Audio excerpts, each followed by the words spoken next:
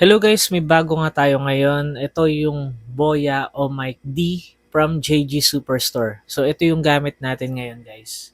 Ito yun. So ngayon sa video na to, testingin natin gaano kalayo yung inaabot niya and gaano kaganda yung noise cancellation niya. Tara, samahan niyo ako. So testingin nga natin guys kung gaano ka-effective yung noise cancellation nitong Boya o Mic D.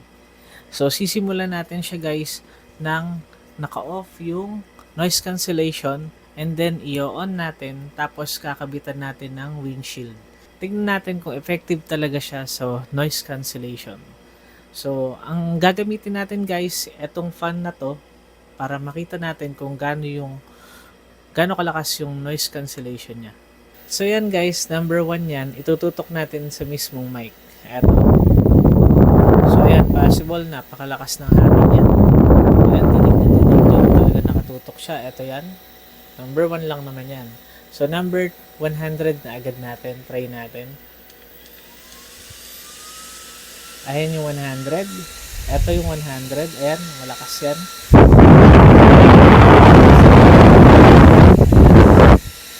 Napakalakas ng hangin yan.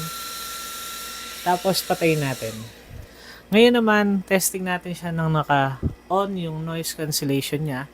Double click lang natin to guys. Ayan, pag nag-green, ibig sabihin naka-on na yung noise cancellation. Simulan ulit natin ng number 1. Ayan guys, number 1. Ito yung hangin niya. Number 1 yan. Tutok natin. Ayan. Tutok natin kung effective ba yung noise cancellation. Tapos, ayan. So, naririnig nyo na yan. Ito, number 100 na natin. Ayan. Ito, ganito kalakas yan guys. Ayan.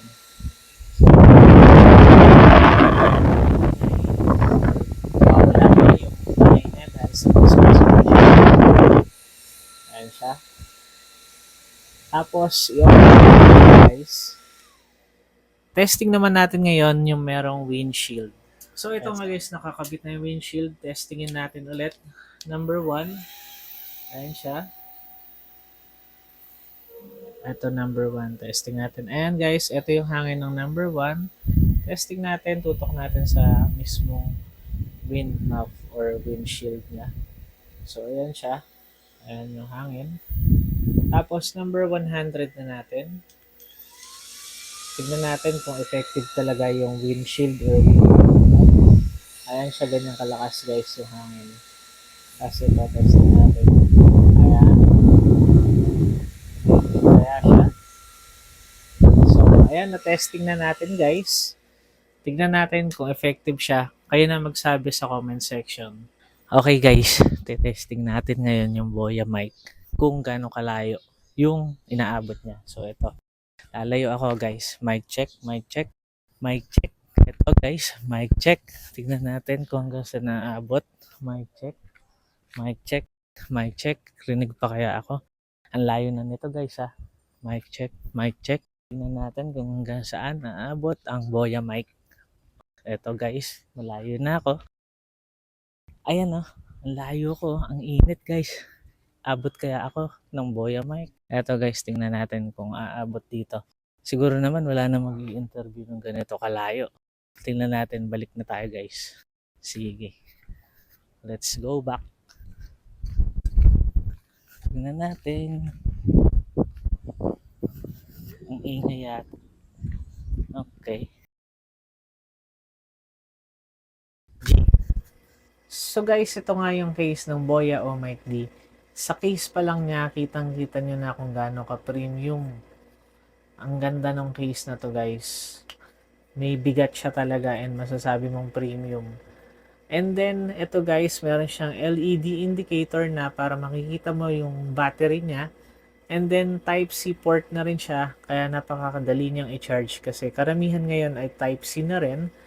At ito pang isa, wireless charging capable din siya. So talagang wala kang magiging problema pagdating sa charging na to. At sa loob naman guys, makikita nyo, meron siyang dalawang mic. Ito yon. Ito yung isa at yung isa gamit natin. And yung isa naman is yung receiver niya. Ito.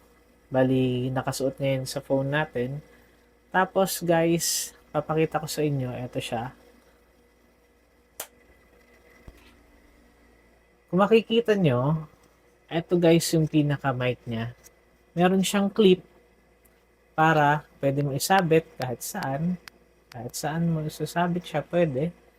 And then, magnetic din to guys. Ayan o. Ang lakas ng magnet niya. Grabe. Ayan o. Oh, diba? Ang galing. So, pwede mo siyang iipit na parang ganito. Ayan, nakaipit lang siya sa damit ko. And then, meron nga siyang wind map na kasama. Dalawa yung wind map niya. At nakalagay pa siya sa pouch na ganito. Ito yung pouch. Ito yung wind map. Ayan siya guys. So, may dalawa na siyang ganito. Tapos, may pouch ka pa. Pouch pa lang guys, sobrang ganda na rin. Quality. Kaya para sa mga tao naghahanap ng sulit na mic at napakaganda ng quality at sobrang daming features, nandito yung Boya o Mic D. Lilink ko na lang siya sa baba at kayo nang bahala guys. Thank you.